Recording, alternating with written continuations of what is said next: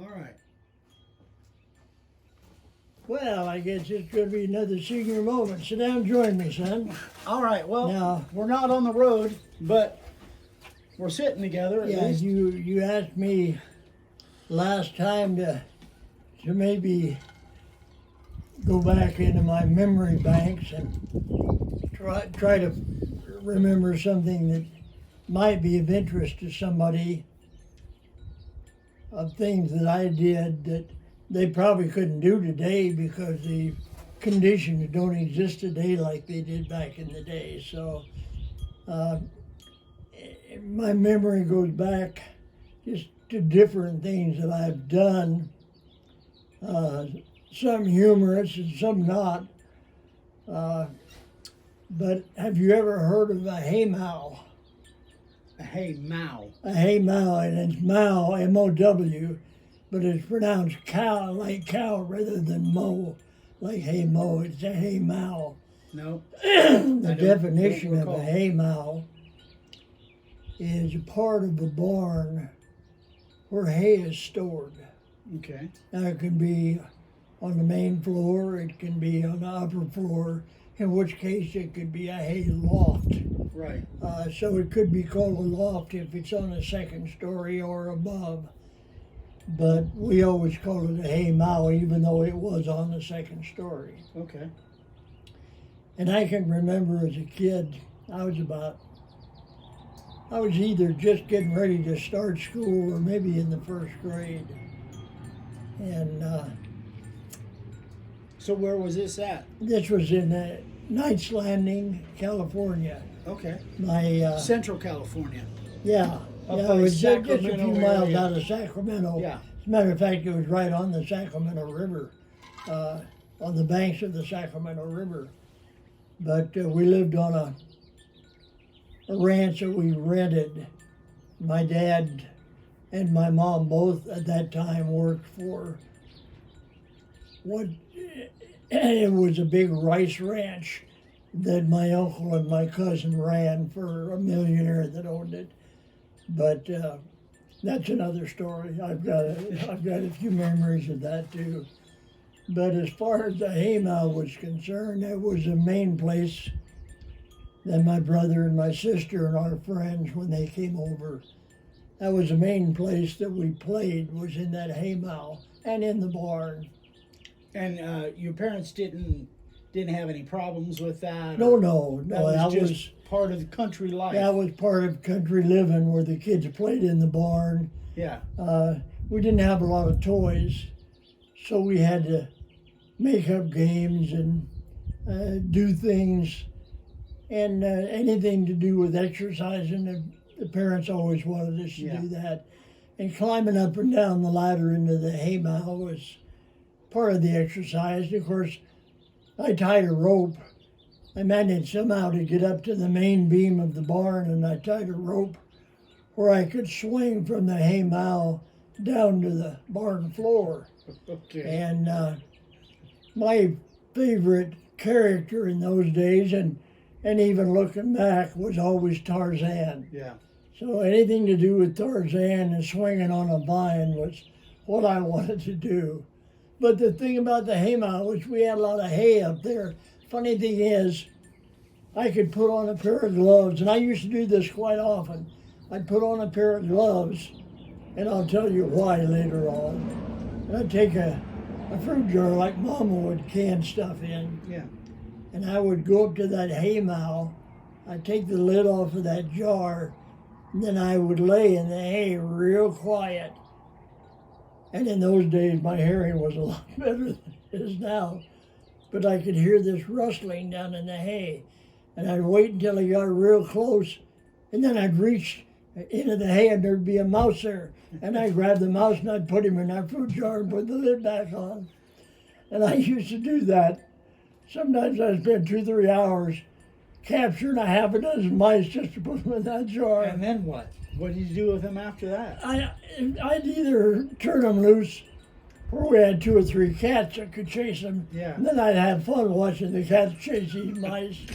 Or I just let them go, Yeah. knowing I could go back and catch them again. Yeah. And that was one of the things I used to do in the haymow.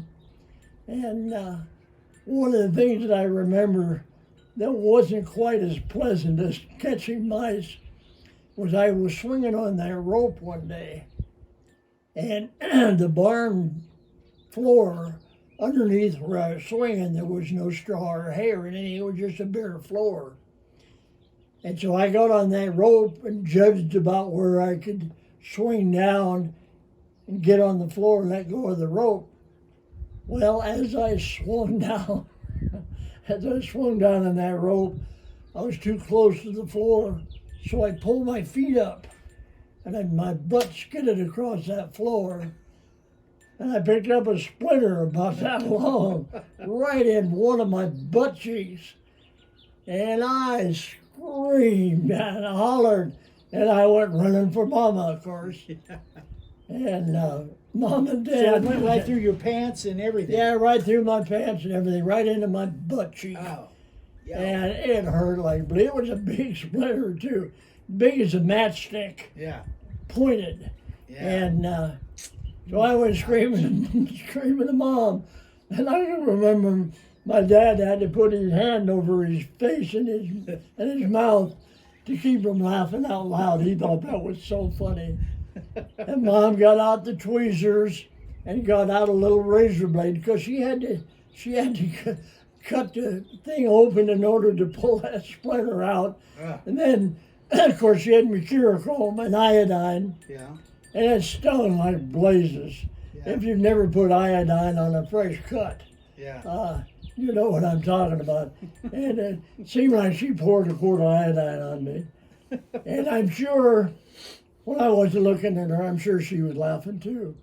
But that was one of the things about the haymow, swinging on the rope, playing. We got a family of quail. We got a covey of quail out here. Yeah. There's about 12 or 13 of them. And here comes another one. Here comes another one running across there. Yeah, straggler. It's funny. Just a few days ago, this was all just completely covered with snow.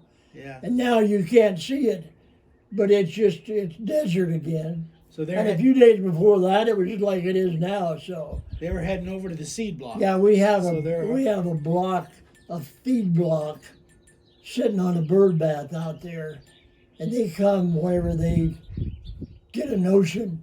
They come and get up on that bird block, and they're up there right now eating seeds. It's actually pretty decent out here today. It's a lot. Yeah, it's a great day. It's probably high 60s, maybe. Yeah, high 60s. I would say. Yeah. Maybe even close to 70. Yeah. And there's a little bit of a breeze. We got our flags flying. There's a little bit of a breeze, but it's just a gorgeous day out here. Yeah, that's why I thought we'd do it on the porch. Since we weren't on the road, yeah. I thought we'd do it on the porch just right. to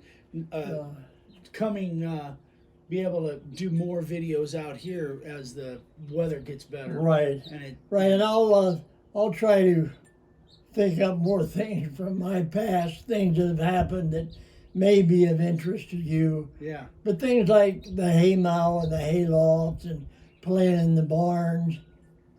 The kids nowadays don't get a chance to do that because it's not a rural type of life like it was. Well, when I don't know. Kid, Maybe in the Midwest and in some of the flyover states, maybe kids still do that. Well, I'm sure that there are kids that are raised on ranches that do have that opportunity.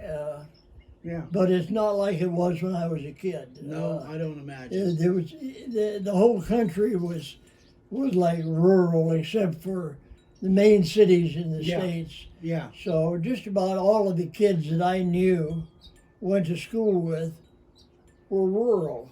Nowadays, there's just not that many rural communities like there was. But anyway, that's a senior moment that I thought somebody might like to hear about the time I got the big splinter in my butt.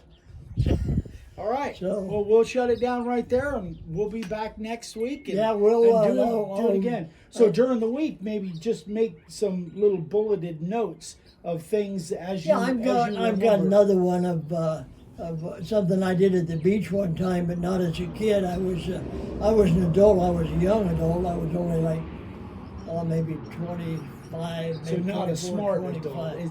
adult. Based on what I think you're going to say, not a smart adult. Not a We'll smart. get to that next time. Yeah, next time we'll do another one. Bye, guys. Thanks for stopping by.